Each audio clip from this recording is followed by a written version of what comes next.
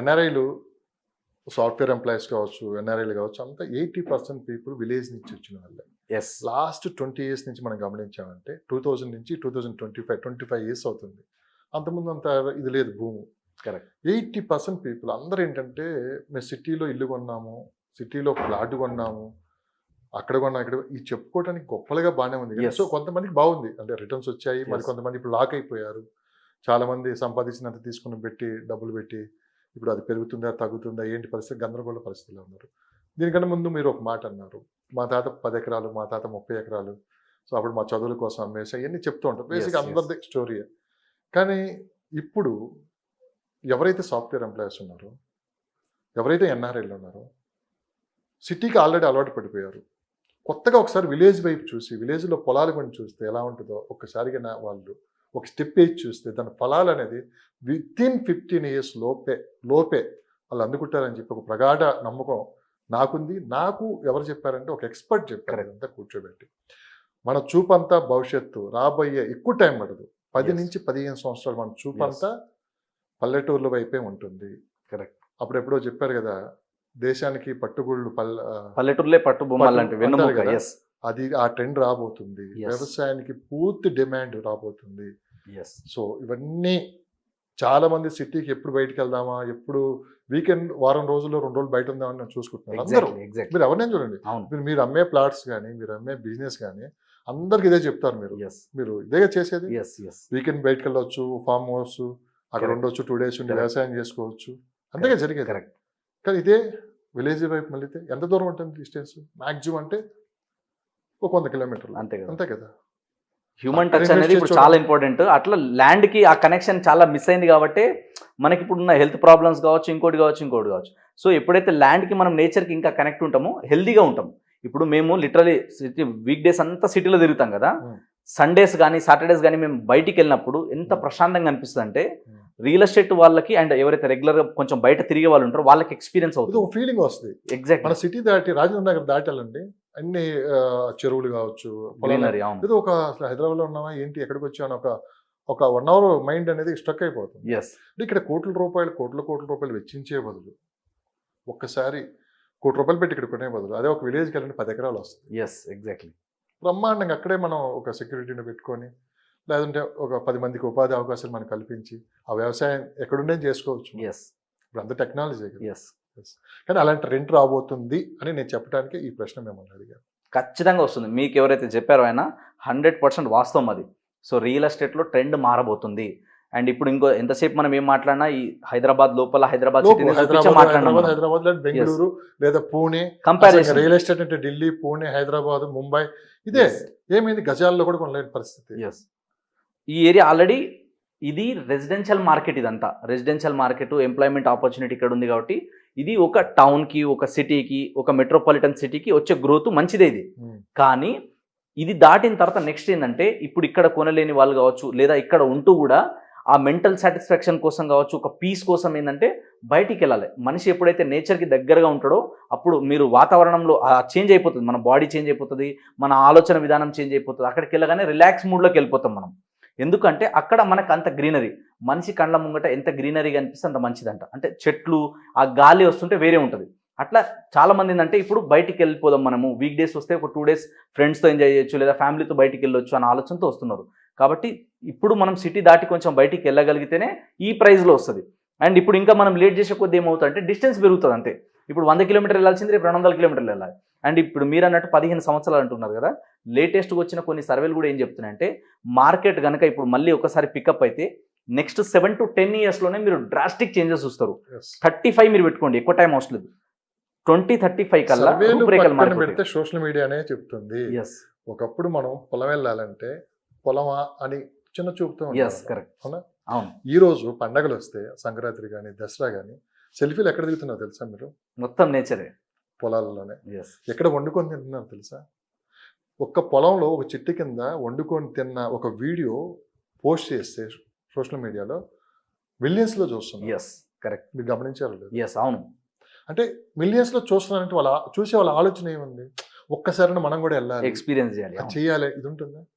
మీరు ఈ మధ్యకాలంలో వ్యవసాయం సంబంధించి సోషల్ మీడియాలో చాలా మంది చాలా రీసెర్చ్ చేస్తున్నారు.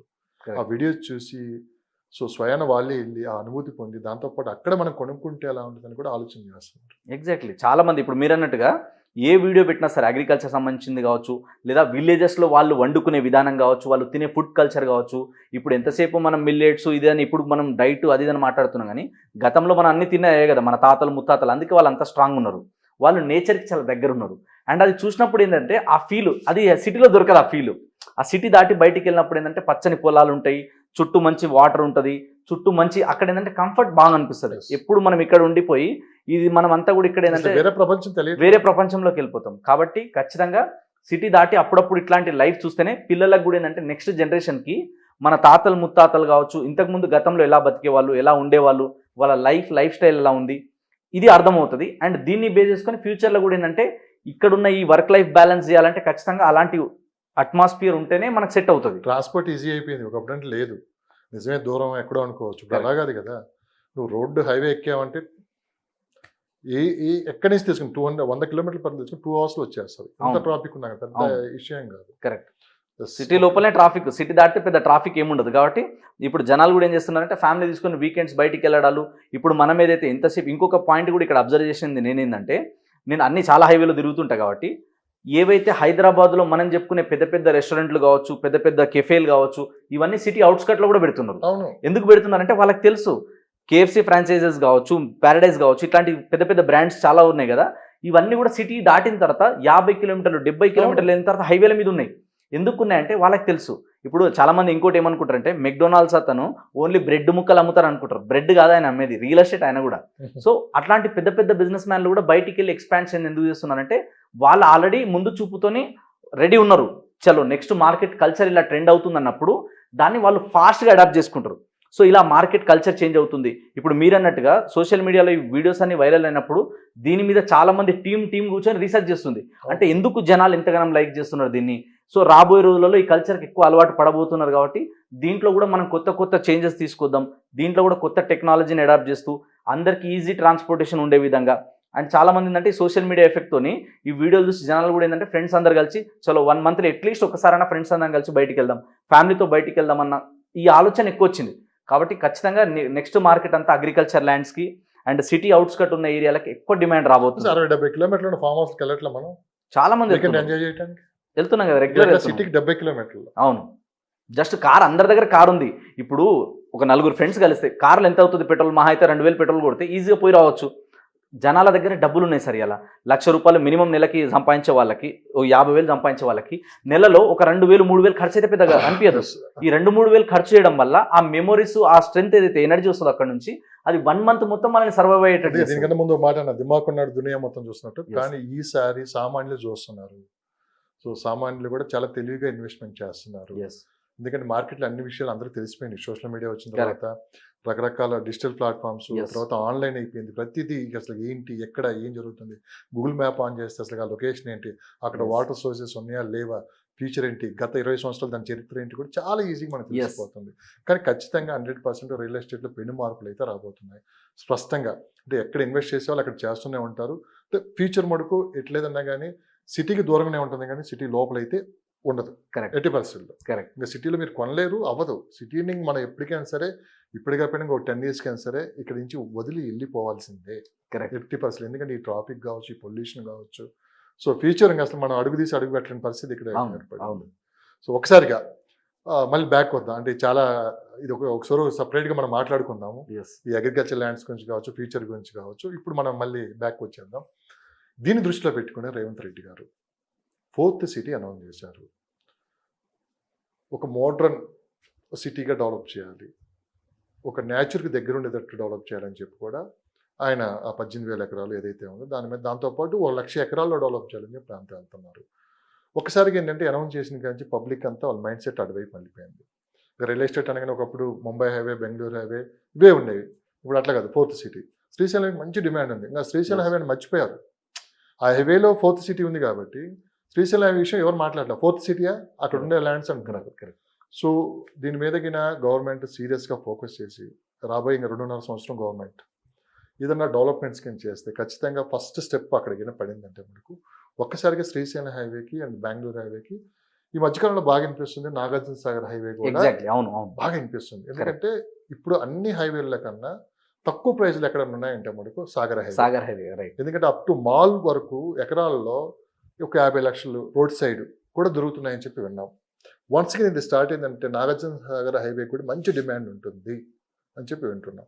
ఒకసారి అంటే మీరు అన్ని ప్రాంతాలు తిరుగుతూ ఉంటారు, అటు సైడ్ కూడా ఇన్వెస్ట్ చేయాలా వద్దా అని చెప్పి చాలామంది అడుగుతున్నారు. సో మీరు కింద రీసెర్చ్ చేస్తుంటే ఆ నాగార్జున సాగర్ హైవే కావచ్చు, ఇటు ఫ్యూచర్ ఎలా ఉంటుంది మీరు ఎక్స్పెక్ట్ చేస్తున్నారు? ఎంతసేపు చాలా మంది మనం ఏం మాట్లాడుతున్నాం అంటే fourth city, future city, Srisailam highway అంటున్నాం. కానీ ఒక సైడ్ శ్రీశైలం హైవే ఉంది, ఎయిర్పోర్ట్కి మనం ఇప్పుడు మేజర్గా తీసుకుంటే ఒక సైడ్ బెంగళూరు హైవే ఉంది, ఇటు శ్రీశైలం హైవే ఉంది, మధ్యలో ఎయిర్పోర్ట్ ఉంటుంది. దీని తర్వాత శ్రీశైలం హైవే దాటిన తర్వాత నెక్స్ట్ ఇమ్మీడియట్గా వచ్చే హైవే ఏదైనా ఉంది అంటే అది సాగర్ హైవే. సో మీరు అన్నట్టుగా ఇప్పుడు మాల్, మల్లెపల్లి కొన్ని ఏరియాస్ ఉన్నాయి. ఈ ఏరియాలో కూడా ఏదైతే ఇప్పుడు రీజనల్ లింక్ రోడ్ రాబోతుందో యాచారం దాటిన తర్వాత ఇక్కడ నుంచి ఇంకా ముందుకి మీరు అన్నట్టుగా ఈ ఏరియాలో ఆల్రెడీ బాగా డిమాండ్ వచ్చింది. ఎందుకంటే ఫోర్త్ సిటీ అంతా ఈ రెండు హైవేలకి మధ్యలో వస్తుంది, ఎక్కువ పార్ట్ అంతా ఈ రెండు మధ్యలో హైవేలో వస్తుంది. కాబట్టి ఈ ఏరియాని బేస్ చేసుకొని, రీజనల్ లింక్ రోడ్ని బేస్ చేసుకొని ఇక్కడ బాగా భూమి వచ్చింది. అండ్ సాగర్ హైవేలో ఎడ్యుకేషన్ ఇన్స్టిట్యూట్స్ బాగుంటాయి, చాలా వరకు ఇన్స్టిట్యూట్స్, కాలేజెస్ వచ్చినాయి. ఇప్పుడు ఇబ్రహీంపట్నం నుంచి మీరు తీసుకుంటే ముందు ఏరియా కూడా బాగా డెవలప్ అవుతుంది, వెంచర్లు కావచ్చు, కొత్త కొత్త ప్రాజెక్టులు కావచ్చు, ఇక్కడ ఎక్కువ శాతం వస్తున్నాయి. ఇది దాటిన తర్వాత మీరు అన్నట్టుగా ఆ మాల్, మల్లెపల్లి అది దాటి కొంచెం ముందుకు వెళ్తే మీకు ఇంకా తక్కువలో వస్తాయి. సో తక్కువ బడ్జెట్లో దొరకాలంటే ఇప్పుడున్న ఈ హెవీ మార్కెట్లో ఈ విజయవాడ హైవేకి, శ్రీశైలం హైవేకి మధ్యలో బాగా గ్రోత్ అవుతున్న హైవే ఏదైనా ఉందంటే అది చాలా మందికి తెలియని హైవే ఏదైనా ఉందంటే Sagar highway. So Sagar highway అంటే ఇప్పుడు మనకి ఏదైతే ఓఆర్ఆర్ లోపల తీసుకుంటే ఎట్లా బాగా 10 సంవత్సరాలు ఏ విధంగా డెవలప్ అయిందో మనం చూస్తున్నాం. ఇప్పుడు నెక్స్ట్ అంతా కూడా ఇబ్రహీంపట్నం నుంచి ముందుకు వెళ్తుంది, ఇంకా బిఫోర్ ఉండదు, ఇంకా ఎక్కువ డెవలప్ అయ్యేది ఇబ్రహీంపట్నం నుంచి ముందుకు వెళ్తుంది. విజయవాడ హైవేకి తీసుకున్నాం అంటే గచ్చిబౌలి రోడ్ అని దూరమే, ఎస్, సాగర్ నుంచి దగ్గరే కదా. Yes. సాగర్ హైవే నుంచి ఇక్కడ అవుటర్ రింగ్ రోడ్ ఎక్కామంటే ఏది దగ్గర మనకి? అంతే, పెద్ద డిస్టెన్స్ ఏమి ఉండదు, చాలా సిటీ ఎంత దగ్గర. దూరం ఉంది? విజయవాడ హైవే ఇదే దగ్గర ఉంది కదా. ఇది అటు దగ్గర బెంగళూరు హైవే తీసుకున్నామంటే ఏది దగ్గర? ఇదే దగ్గర. ఎస్, ఎయిర్పోర్ట్ కి తీసుకున్నాము, సాగర్ హైవే నుంచి ఎయిర్పోర్ట్ కి రావడానికి ఎంత టైం చెప్పండి? అంతే, జస్ట్ 15 minutes. అంతే కదా, చాలా పెద్ద దూరం ఏం లేదు. జస్ట్ ఒక 2-3 మహా అయితే 2-3 దాటితే అయిపోతుంది మన టోల్ ప్లాజాలు, అంతే. సో ఈ డిస్టెన్స్ అనేది ఏంటంటే ఇప్పుడు ఓవరాల్ కనెక్టివిటీ ఉంది మనకి, పైగా రోడ్లన్నీ కూడా పెద్ద వైడ్ అవుతున్నాయి. ప్లస్ ఇప్పుడు ఫోర్త్ సిటీ అంతా నెక్స్ట్ ఇక్కడే డెవలప్మెంట్ అవుతుంది. కాబట్టి ఇప్పుడు ఆదిబట్ల కావచ్చు, ఆదిబట్ల దాటిన తర్వాత మీరు అన్నట్టు ఇప్పుడు సాగర్ హైవే కావచ్చు, ఈ రావిరాళ్ళ కావచ్చు, తర్వాత శ్రీశైలం హైవే, ఈ బెల్ట్ అంతా కూడా నెక్స్ట్ డెవలప్ అవుతుంది. ఈ మనకి ఏదైతే ఏరియా ఉందో ఇదంతా మనకి ఇప్పుడు ఇంకా రంగారెడ్డి డిస్టిక్లోనే ఉంది, ఇదంతా హెచ్ఎండిఏ లిమిట్స్లో ఉంది. కాబట్టి ఫ్యూచర్లో నెక్స్ట్ 10 yearsలో మాత్రం ఈ ఏరియాస్ అన్ని అద్భుతంగా భూమి అవుతాయి, నో డౌట్ దాంట్లో.